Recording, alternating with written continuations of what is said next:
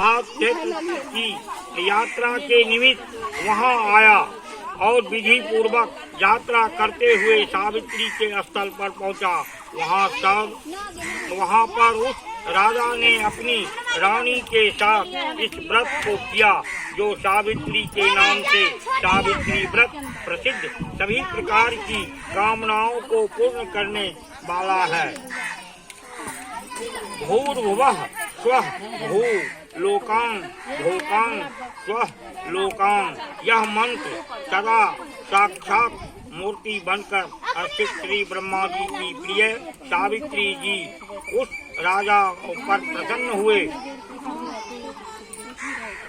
हुए कमंडल को धारण करने वाली वह सावित्री देवी दर्शन देने के बाद पुनः अदृश्य हो गई और बहुत दिनों के बाद उसी राजा ने यहाँ देवी के समान रूप वाली कन्या के रूप में उत्पन्न हुई।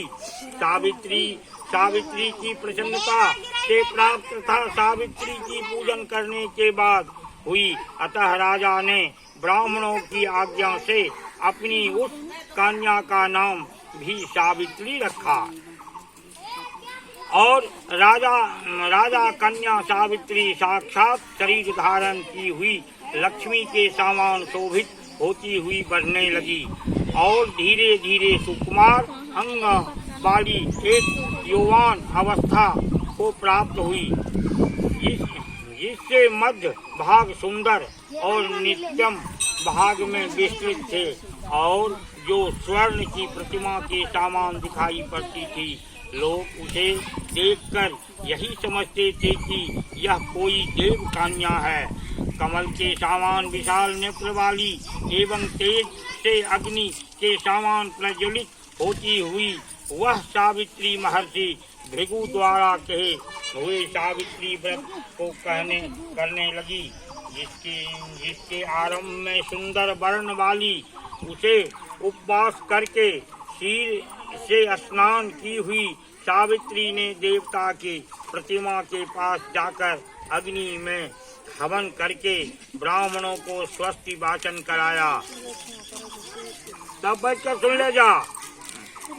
और उन ब्राह्मणों की विशिष्ट पुष्पांजलि ग्रहण करके सखियों से घिरी हुई लक्ष्मी देवी के समान सुंदर रूप से शोभित हुई।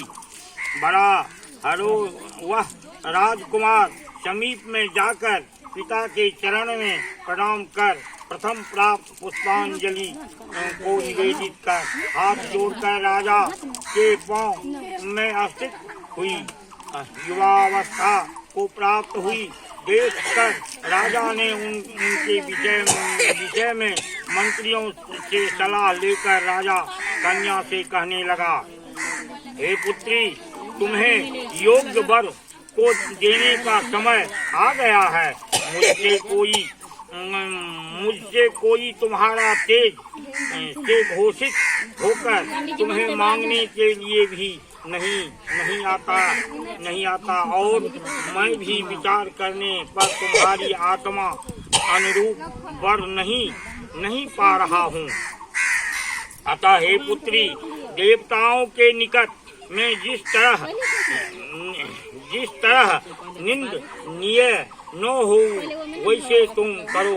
मैंने धर्म शास्त्र में पढ़ा और सुना भी है कि यदि पिता के गृह में रहती हुई विवाह के पहले ही जो